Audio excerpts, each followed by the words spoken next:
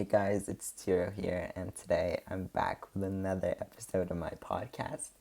And this episode is the fourth episode, and today we're going to analyze Adele's hit single, Set Fire to the Rain. I think that this is a very nice song, and everybody in their lifetime would, at least once listen to the song. The reason I chose the song from Adele is actually different than the others. I love the song, but I really wanted to know what it actually meant. What does, setting fire to rain mean, or other elements? But is that a metaphor, or is it, literally? Which is, if you did your research like me, you know that you can't set fire to the rain. It's actually impossible to do that, so. Okay, I'm getting a little ahead here, so let's move on to the analyzation of the song. The song first starts with I let it fall, my heart, and as it fell, you rose to claim it. I think she's hinting at us and basically saying that this is a start of a relationship, and like any type of relationship can be, but I think it's a romantic relationship because she's saying that I let it fall my heart. So she's basically saying that I let my heart get broken because when you drop something, it falls, and when it falls, it can break, which almost anytime it breaks. And later on, she says, it was dark and I was over until you kissed my lips and you saved me. Well, this basically means that, this relationship happened in the dark. I mean, not metaphorically dark, but rather, I think, in my opinion, a real dark. Or it can be metaphorically too. Yeah, I take that back because maybe she was in a dark place. It was dark and I was over. She was in a dark place from the past relationship. She couldn't really get on her feet and she thought that she was over until this relationship happened. She fell in love with that guy and they kissed and she was saved. Which is kind of like her story of being saved, I guess. And just generally also gives us the idea about how this love started in between, the narrator and the guy that the narrator is talking about. To continue on, it says, my hands, they're strong, but my knees were far too weak to stand in your arms without falling to your feet. I think when she's saying that, her hands are strong, I think she's meaning that her hands are strong for a new love. They're ready to grasp onto that new love and grasp onto something that, they think that it will save them. And in this situation, they're grasping onto their new love interest. But their knees are far too weak, which basically, says that she's tired. When you're really tired, when you like did a lot of things that made your body so tired that you can't even stand. So your knees are weak. You can't even stand up. That's why, she fell because her knees were weak. And then she says to stand in your arms without falling to your feet. This is also like she's saying that, she wants to hug this person, but ends up, falling on the floor. And this may be reaching, and music is very subjective, as I always say. I think that she's basically saying that, she wanted not to get attached to this love, not to get attached to this person. That's why they're hugging that. To think that when you're hugging a person, you can easily get out of that situation. But when you are hugging the person's knees and like legs, those parts of their body, I think it's way harder to, get up and get back on your feet. And and to continue that metaphor, she, couldn't hug him. She ended up hugging his legs, knees, etc., which means that, she became attached to this relationship. After that, she says, "But there's a side to you that I never knew, never knew." And I think this is kind of like the climax and deteriorating part of the song because they first fell in love. Then she started seeing who this person really was. She didn't know uh, the other side of this person when they were falling in love and starting their relationship. But, since they're going further into the relationship, she starts seeing his real face. And she didn't know this at all. She's starting to learn it. After that, she says, "All the things you'd say, they were never true, never true." So, first of all, I want to mention something. She's saying never true. So, it's something that she doesn't agree with. And he kept on saying these things and he actually said multiple things, not just like one thing, because she's saying things, which are plural.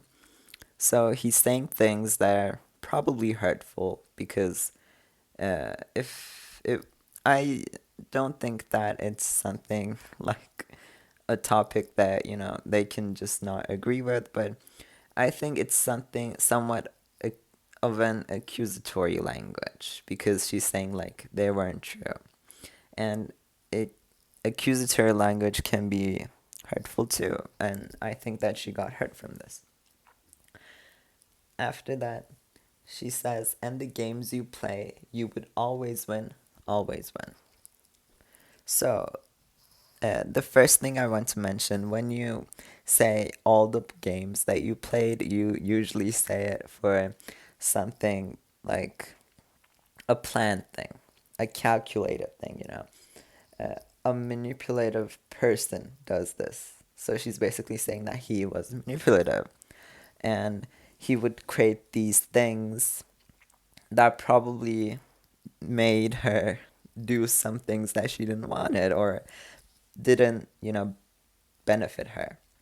And as she says, like he would always win in these games. So yeah, he makes the games, plans the games, and then wins the games, which basically means that, he's planning things and doing them. Another word for this can be machiations.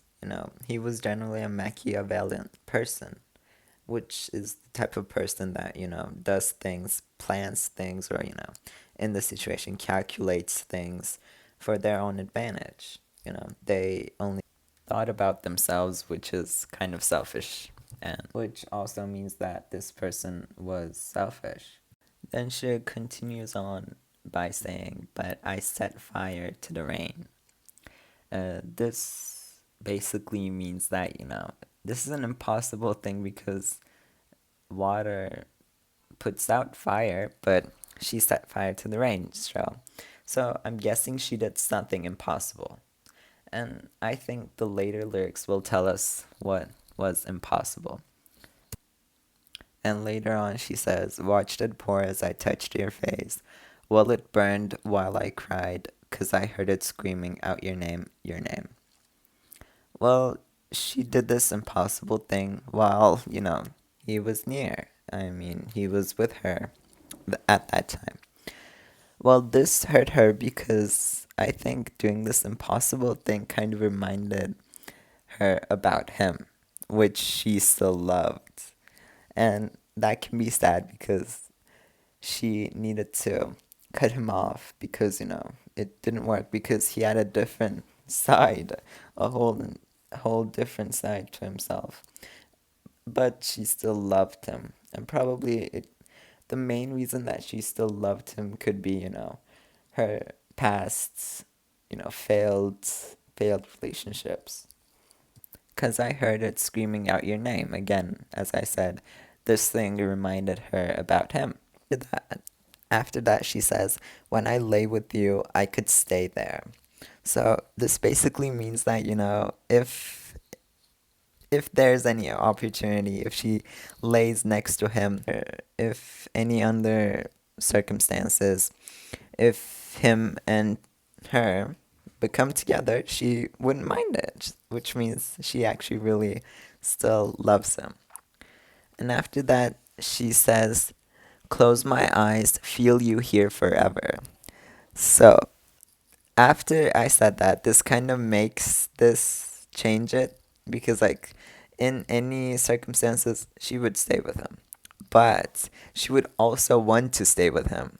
So it's not like a situation in which you would say, "Oh, I wouldn't mind that happening," but it's like a situation that, she wants it to happen, which again brings us to the same thing. She still loves him. And then after that, she says, "You and me together, nothing gets better."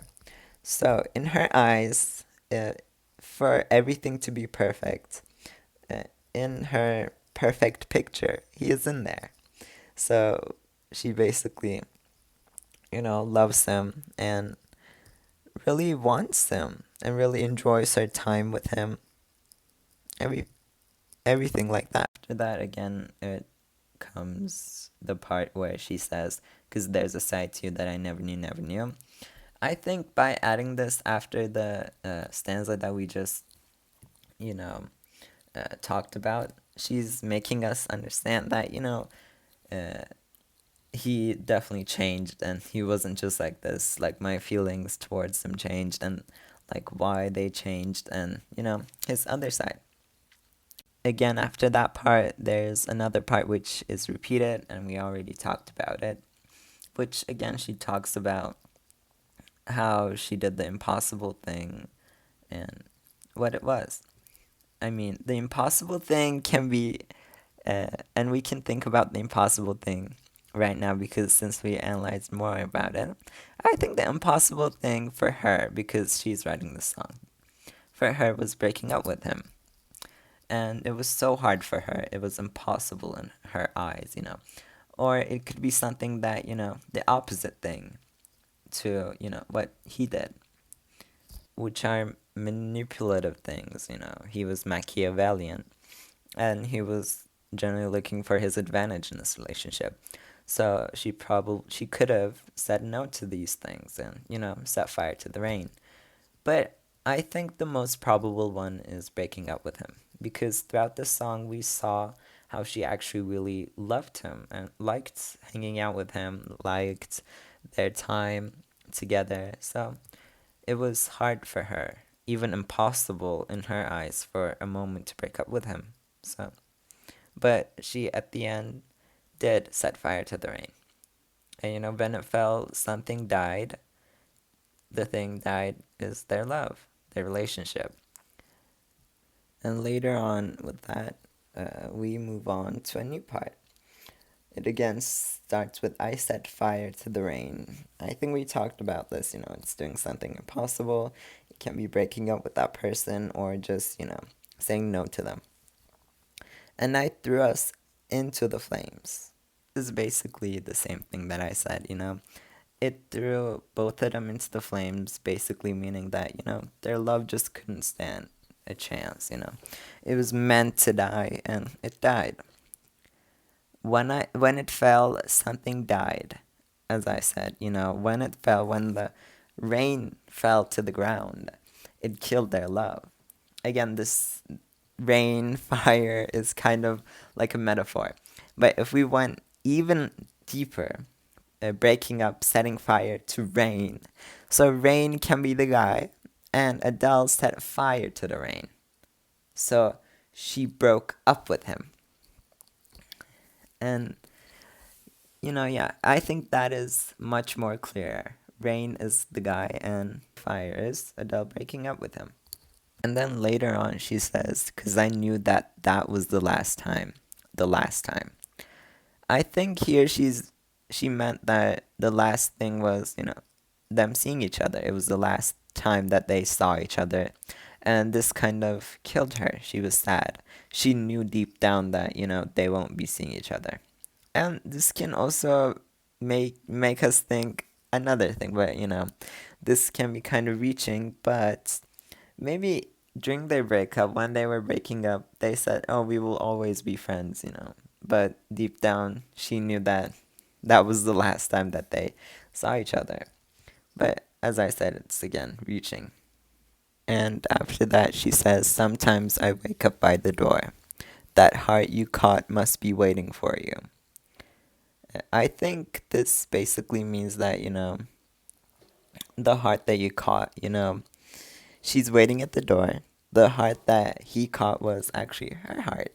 That's why she's waiting at the door. And, she wakes up by the door. Waking up by the door can also mean that, she spent so much time there that she even slept there and woke up there. But again, this is exaggerating.